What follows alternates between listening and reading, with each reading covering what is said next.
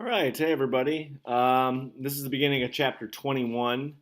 Title of this chapter is A Dividing Nation.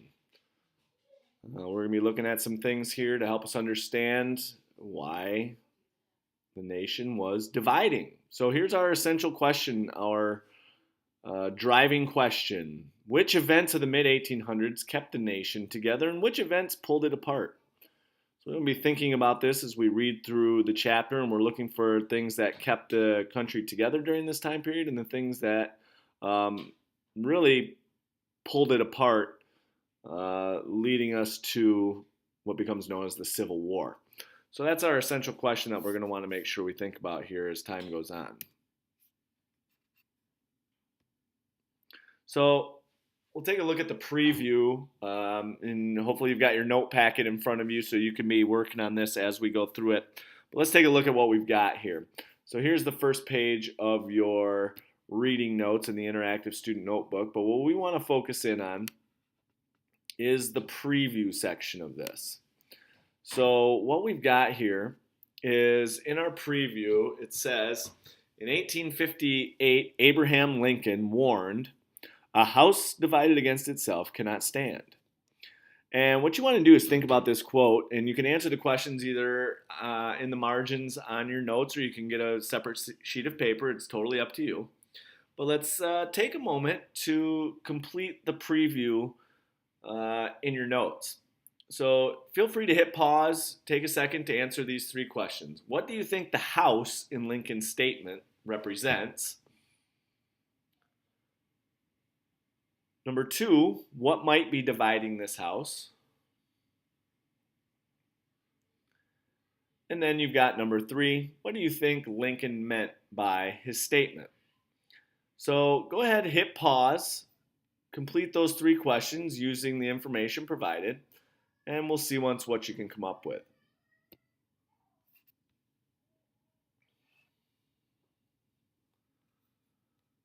All right, now that you've made it back, let's take a look and discuss some of your answers and see once where you're at.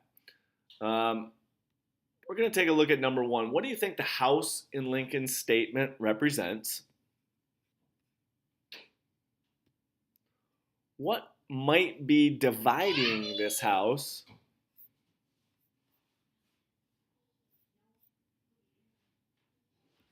And what do you think Lincoln meant by this statement?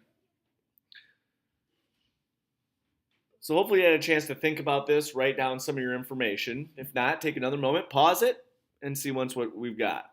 A house divided against itself cannot stand. So what we have here is we've got Lincoln issued this warning to the nation 3 years before the start of the Civil War. His words reveals the tensions that developed between the North and the South throughout the 1800s. The House in Lincoln's warning was the Union, or the United States together. The issue dividing the House was slavery, something that we talked about in chapter 20. We're going to explore which events of the mid-1800s kept the nation together and which pulled the Union apart. And remember, when we refer to the Union, we're talking about the United States of America, the fact that we are all together as separate states. But continue to think about this and this quote by Abraham Lincoln, "A house divided against itself cannot stand." So here's our key content terms. These are important terms that will help you understand the main ideas of this lesson, and that's really what we've got here. So when you go through them, you see you've got the word union, Missouri Compromise, fugitive, Wilmot Proviso, Compromise of 1850, the Kansas-Nebraska Act, Dred Scott decision, and the Lincoln-Douglas debates. These are all terms that you're going to want to make sure that you understand and that you know for chapter 21.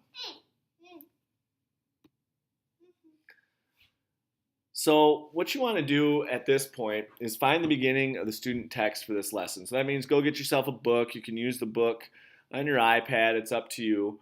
But really what we're going to do is you can go to the link that I've posted on Edmodo with this video. It's a Google Doc that you can open up, read through the information, and answer the following questions.